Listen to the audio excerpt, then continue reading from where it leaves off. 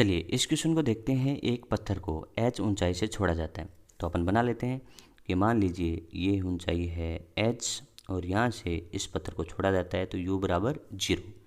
ठीक है, और ये वाली ऊंचाई भी अपने को साथ दे दी कि ये ऊंचाई है h।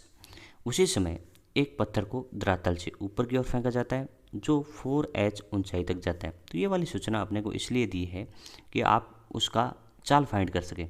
तो अपन जानते हैं कि एच मैक्स जो होता है उसका फॉर्मूला अपने को बताया जाता है u²/2g, क्योंकि किसी भी कण को u चाल से ऊपर की ओर फेंका जाए तो उसके द्वारा प्राप्त अधिकतम ऊंचाई एच मैक्स होती है और उसका सूत्र होता है एच मैक्स बराबर u²/2g।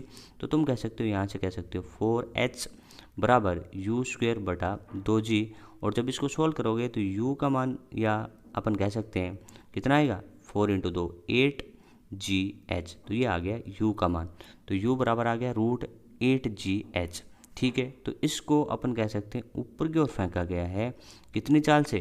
तो ये चाल अपन कह रहा हूँ कि किसकी चाल है, तो ये चाल है अपने इस वाले कण की, पहले कण की। तो इसको मैं बोल रहा हूँ √8gh 8gh। ठीक है, चलो अब कह रहा है कि दोनों पत्थर कितने समय पश्चात एक दूसरे को मिलेंगे।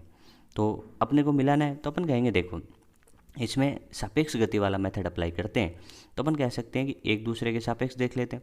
तो सापेक्ष देखें तो अपन कह सकते हैं ये वाला चाल तो इतना है, ये 0 है, तो इसको अपन उल्टा करके इसको देंगे तो 0 है तो कोई फर्क नहीं पड़ेगा। तो ये कण तो अब रेस्ट में, ठीक है, ये रेस्ट में। इस कण को कितना दूरी कवर करना पड़ेगा, तो अपन कह सकते हैं सापेक्ष h करना पड़ेगा। तो मैं कह सकता हूँ जब ये कण इससे मिल जाएगा तो दोनों आपस में भी मिल जाएंगे। चलिए अपन बात करते हैं कि इसका जो एक्सीलरेशन है यानी त्वरण है उसका मान कितना होगा। तुम कहोगे इसके त्वरण का मान g होगा नीचे की ओर और इसके त्वरण का मान भी g होगा नीचे की ओर। तुम कह सकते हो कि एक दूसरे के सापेक्ष त्वरण का मान तो 0 होगा, त्वरण का मान तो 0 होगा। तो अपने को निकालना था समय, तो अपन समीकरण लगाते s सापेक्ष बराबर u सापेक्ष into T plus half a relative यानी a सापेक्ष इंटू टी का होल स्क्वायर। तुम कह सकते हो s सापेक्ष अपने को जाना पड़ता h, u रिलेटिव यानी इसके सापेक्ष इसका, तो तुम कह सकते हो ये तो होता √8gh और t तो फाइंड ही करना है। और यहाँ पे a रिलेटिव कहते तो इसका मान 0, तो ये सब कुछ 0।